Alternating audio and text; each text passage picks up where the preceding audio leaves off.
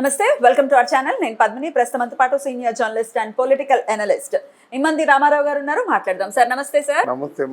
Sir, జనసేనలోకి YCP మాజీ MP Margani Bharat jumping చేయబోతున్నారా అనే వార్తలు గట్టిగానే వినిపిస్తున్నాయి. ఎందుకంటే గత కొన్ని రోజులుగా ఆయన పవన్ కళ్యాణ్ గారికి చాలా పాజిటివ్ గా ఆయన గురించి వ్యాఖ్యానించడం ఇవన్నీ చూస్తూ ఉన్నాము. ఎలా చూడాలి సార్? ఈ జంపింగ్ జపాంగ్ ఉంటుంది అనుకోవచ్చా? ఇప్పుడు వైసీపీ నుంచి చాలా మంది ఉంటారమ్మా, చాలా మంది లింక్ లో ఉన్నారు, టచ్ లో ఉన్నారు. వాళ్ళు సమయం చూసి జంప్ చేసేస్తారు అన్నమాట. అందువల్ల వైసీపీకి చాలా గడ్డు కాలం అనే చెప్పారన్నమాట. తర్వాత ఆయన ప్రయత్నాలు కూడా బాగలేవు కదా. ఆయన ప్రయత్నం ఏంటంటే కడపలో ఆయన్ని అవినాష్ రెడ్డిని ఏమో ఎంపీగా తప్పించి ఈయన ఎంపీగా చేద్దామని ఒక ఆలోచన, ఒకటి చెడ్డ ఆలోచన ఉంది. అక్కడ కడపలో కూడా ఆయనకి స్థానికంగా విలువ లేదు. అందువల్ల ఆయన అర్ధరహితంగా మాట్లాడుతున్నాడు. అయితే జంప్ అవ్వటం అనేది జరుగుతుంది అని అనుకోవచ్చు, ప్రత్యేకించి మార్గాని భరత్ అనే ఆయన. మార్గాని భరత్ చాలా మంది జంపింగ్ జాకల్స్ ఉంటారు ఇక్కడ. ఎందుకంటే ఎక్కడ బెల్లం చుట్టూ ఈగలు ముగుతాయి, ఎక్కడ అధికారం ఉందో ఆ అధికారం ఎదుర్కొంటూ పోతారు అన్నమాట. వాళ్ళు దేవుళ్ళలా కనిపిస్తారు, వాళ్ళు ఏ తప్పులు కనిపించవు. ఓడిపోయిన తర్వాత అన్ని తప్పులు కనిపిస్తాయి అన్నమాట. అసలు ప్రతిపక్ష హోదా మరి ఎలా ఉంటుంది? అసలు ఎవరు లేకపోతే ప్రతిపక్ష హోదా లేదు కదా, సీట్లు గెలుచుకోలేదు కదా. హోదా ఏముంది? అసెంబ్లీకి వెళ్ళరు. కాదంటే ఆ పరువు నిలుపుకోవడం కోసం అక్కడ నన్ను మానసికంగా గాయపరిచారు కనుక వాళ్ళ మొహాలు నా జీవితంలో చూడడం, మళ్ళీ సీఎంగా వస్తే నన్ను ఇచ్చేస్తారు అంతే. అంతేగాని ఇంకోటి లేదు. ఏదో వంకాయమరు కదా మళ్ళీ అసెంబ్లీలో అడుగు పెట్టని చెప్పడానికి అట్లాంటిదే చేస్తారు. కానీ గడ్డుకాలం వైసీపీకి చాలా గడ్డుకాలం అన్నమాట. దీన్ని అడ్వాంటేజ్ కూడా తీసుకుంటారు. ఇప్పుడు తవ్వే కొద్ది తప్పులు దొరుకుతున్నాయి, ఏం చేస్తాం మనం? మరి ఇంకెట్లా సార్ ప్రజల్లోకి ఎలాగా మళ్ళీ ఎలా వెళ్తారు? అసలు పార్టీ అస్తిత్వం మీదనే ఇది చాలా ప్రశ్నార్థకంగా మారింది కదా. చాలా బాగా చెప్పావు. పార్టీ తాలూకు అస్తిత్వానికే ఈరోజు పెద్ద ప్రశ్నార్థకం అయిపోయింది. ఎక్కడ చూస్తే అక్కడే ఆ రుషికొండలో చూసి తవ్వే కొద్ది ఇతరులు ఒక 80 లక్షల రూపాయలు కరెంటు బిల్లు బాకీ ఉందట. 80 లక్షల రూపాయలు కరెంటు బిల్లు ఎవరికి బాకీ ఉంది? ఆంధ్ర గవర్నమెంట్కి. మరి చెల్లించాలా? నీ ప్యాలెస్ అనుకున్నావు, నీ టూరిజం ప్యాలెస్ అనుకున్నావు, లేదా నీకు నీ ఓన్ కార్యాలయం అనుకున్నావు. దాని డబ్బులు గవర్నమెంట్ దగ్గర నుంచి కానీ నీ దగ్గర నుంచి చెల్లించారు కదా, నువ్వే గవర్నమెంట్ కాదు కదా. అలా తవ్వే కొద్దీ ఏదో ఎన్నో లోపాలు బయటపడుతున్నాయి. వీటన్నిటికీ సమాధానం చెప్పుకోవడం కష్టం.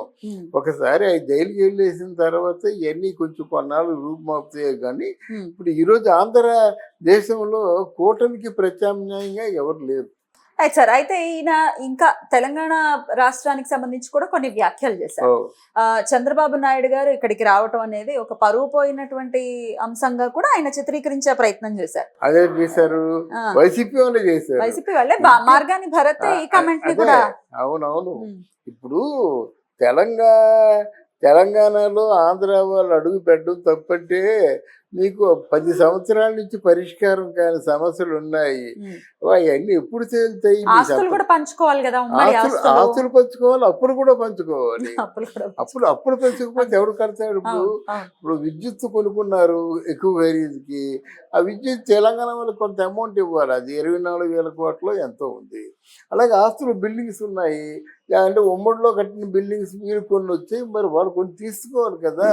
వాళ్ళిద్దరూ ప్రామాణికంగా వాళ్ళ తాలూకు అంటే మోడ్ ఆఫ్ అండర్స్టాండింగ్లో అప్పుడు ఏవి రాసుకున్నారో ఉభయ రాష్ట్రాల వారును అవన్నీ ఎవరికి చెందినవి వాళ్ళకి ఇచ్చేయాలన్నమాట.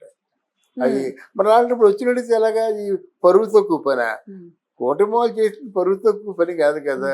ఇప్పుడు పరువు తక్కువ పని చేయడానికి అనాలోచితంగా ఉండే ఎమ్మిచ్యూరు కాదు కదా.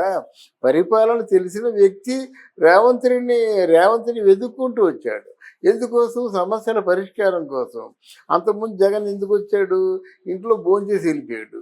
కేసీఆర్ ఇంట్లో ఏమి లేదు, స్నేహధర్మంగా చూడడానికి వచ్చానని చెప్పాడు. ఈయన అలా కాదు కదా, వెంటనే శ్వేతపత్రం ఇందుకు వచ్చాం, మా మధ్య చర్చలు జరిగాయి, ఇంకోసారి మీకు కూర్చోవాలి అని మొత్తం అంతా చెప్పేసి వెళ్ళిపోయాడు. రేవంత్ రెడ్డి ఇంటికి వెళ్ళలేదు, ఎవరింటికి వెళ్ళలేదు. ఎంతోమంది పిలిచారు తెలుగుదేశం పార్టీలో ఉన్నటువంటి ఎమ్మెల్యేలు, ఎంపీలు. అంటే వీళ్ళందరూ తెలుగుదేశం డిస్కవరీసే కదా. అందువల్ల వచ్చాడు, వచ్చిన దారినే వెళ్ళిపోయాడు. ఇలా అలా వాళ్ళు వచ్చి ఇది ఆంధ్ర వాళ్ళు పరువు తీశారనడం ఎంతవరకు సమంజసం వాళ్ళే ఆలోచించుకోవాలి. ఆలోచించుకోవాలి. మరి రేపు రేవంత్ రెడ్డి వెళ్తున్నాడు విజయవాడ, అంటే విజయవాడ వారి పరువు ఇక తెలంగాణ వాళ్ళ పరువు ఏమో విజయవాడలో తీసినట్ట, అదేంటి ఎలాగ అర్థం చేసుకోవాలి? అయినా అది మీలో ఉన్న లోపాలను ఎత్తి చూపిస్తే మీరు ఎందుకు అర్థం చేసుకోరయ్యా? ఇప్పుడు టీఆర్ఎస్ పార్టీని బీఆర్ఎస్గా మార్చడంతో దానికి శని మొదలయ్యింది. అది ఉద్యమం పార్టీ, ఇదేమో ప్రైమ్ మినిస్టర్ అయిపోదామన్నట్టు ఆలోచనతో మార్చుకున్నాడు. తర్వాత ఆయన తాలూకు లోపం ఇంకోటి ఏమిటంటే, మీరందరూ నాకు బీఆర్ఎస్ పార్టీకి సపోర్ట్ వస్తే మీరు ఖాళీ పెట్టుకోవద్దు, మొత్తం నేనే స్పాన్సర్ చేస్తా అన్నాడు. మరి ఎన్ని కోట్లు సంపాదించావు, ఎన్ని వేల కోట్లు సంపాదించావు కానీ అంటే మీ లోపాలని మీరే చెప్పుకున్నారు. ఈరోజు ఆ లోపాలను ప్రశ్నిస్తే మీ కుడికెందుకు? ఎవరైనా మాట్లాడుతున్నారా? పోయి మీ ఇంట్లో 3-4 ఉన్నారు. ఇప్పుడు హరీష్ రావుతో కేటీఆర్ మాట్లాడు, కేటీఆర్తో హరీష్ రావు మాట్లాడరు, కేటీఆర్ కేసీఆర్తో మాట్లాడు, ఏమిటి ఇదంతానా? అక్కడ కవిత ఏమో గగ్గోలు పెట్టేస్తుంది, నీ చూద్దామనుంది రా నాన్న ఒకసారంటే అంటం లేదు, అన్నం తినలేకపోతానన్న నా బోధులు నా సహించటం లేదు, ఒక్కసారి అప్పారా అప్ప అంటే అప్పని పిలుస్తుంది ఆవిడ, రా అని చెప్పి వెళ్ళలేని పరిస్థితి. ఎంత దయనీయమైన పరిస్థితిలో ఉంటూ మళ్ళీ మీ పార్టీని సమృద్ధిగా చేసుకోవడం అన్నది సర్వకళ. ఎందుకంటే సయోధ్య లేదు మనుషుల మధ్య వ్యక్తిగతంగా. ఇవి ఉన్నవాళ్ళు కూడా ఇప్పుడు కేటీఆర్, హరీష్ రావు వీళ్ళందరూ కూడా వ్యక్తిగతంగా ఎవరికి వాళ్ళే సంపాదించుకున్నారు. కవిత కూడా ఎవరికి వాళ్ళే కవిత మట్టి కవిత సంపాదించుకుంది, కవిత మొగుడు తన మట్టి తను సంపాదించుకున్నాడు. వీళ్ళందరి మధ్య ఎలా సఖ్యత కుదురుతుంది? వీళ్ళ మధ్య సఖ్యత లేకపోతే పార్టీ ఎందుకు? అందరూ విడిచిపెట్టిపోతున్నారు. అందరూ పార్టీలో ఎవరు లేరు, కొన్నాళ్ళకి ఎవరు ఉండరు అన్నమాట. ఆ నలుగురే ఉంటారు, ఆ నలుగురు వారికి ఇష్టం వచ్చిన పని చేసుకుంటారు. లైక్ వైఎస్ఆర్సీపీ లాగా అదే అయిపోతుంది. ఇందులో మర్యాదలు ఏముందండి? మర్యాద ఉందా లేదా అన్నప్పుడు కూడా మీరు ఇవ్వాల్సిన డబ్బు ఇవ్వాల్సింది, పంచవలసిన ఆస్తులు పంచవలసింది. మీకు వాళ్ళకి భేదాభిప్రాయాలు వచ్చినప్పుడు మీరు కరెక్ట్గా ఉంటారు, వాళ్ళు కరెక్ట్ ఉంటారు. ఈ సంపద మీ ఓన్ కాదు కదా, ప్రజలది కదా. ప్రజలకు రావాల్సిన సంపద ఖచ్చితంగా మీరు ఇవ్వాల్సింది. మీరు ఎన్ని పరుష వాక్యాలు చేసినా ప్రజలు పట్టించుకోరు. Right sir. అయితే జనసేనలోకి వచ్చే ఉద్దేశం ఉన్నప్పుడు మరి చంద్రబాబు నాయుడు గారిని ఇలా వ్యాఖ్యానించడం, ఇట్లా రకరకాల మాటలు అనటం ఎంతవరకు సమంజసం? వీళ్ళు అది కన్సిడర్ చేయరా జనసేన పార్టీ వాళ్ళు? అంటే ఇక్కడ ఒక రకమైనటువంటి కాన్స్పిరసీ క్రియేట్ చేస్తున్నారు జనసేన మధ్య, తెలుగుదేశం మధ్య చిక్కుముళ్ళు పెడదాం అనేటువంటి ఉద్దేశంతో కొన్ని మాటలు మాట్లాడుతున్నారు అన్నమాట. అంటే most of the people they joining with Janasena. ఎందుకంటే గట్టి నాయకుడు కదా. ఇప్పుడు చంద్రబాబుతో ఉన్నా మళ్ళీ ఆఫ్టర్ 5 years ఆయన ఉంటాడా? లోకేష్కి ఈ రాజకీయ తెలివి ఉండేది పవన్ కళ్యాణ్ అనేటువంటి వాళ్ళ క్యాలిక్యులేషన్స్ ఉంటాయి కనుక most of the people will be with Janasena, no doubt. మొత్తానికి రకరకాల వ్యాఖ్యలు అయితే చేస్తూ ఉన్నారు. ఏదో అడపా మీడియా ముందైతే కనిపిస్తుంది వైసీపీ. అయితే ప్రధానంగా కనిపించేటటువంటి పరిస్థితి ఏంటంటే ఈ జంపింగ్ విషయాల్లోనే ప్రధానంగా కనిపిస్తుంది. అమ్మా ఎందుకు ఉండరమ్మా? మీకు మాట చెప్తానండి. ఒక ఎలక్షన్ లో నిలబడి నెగ్గాలంటే 100 కోట్లు కావాలండి.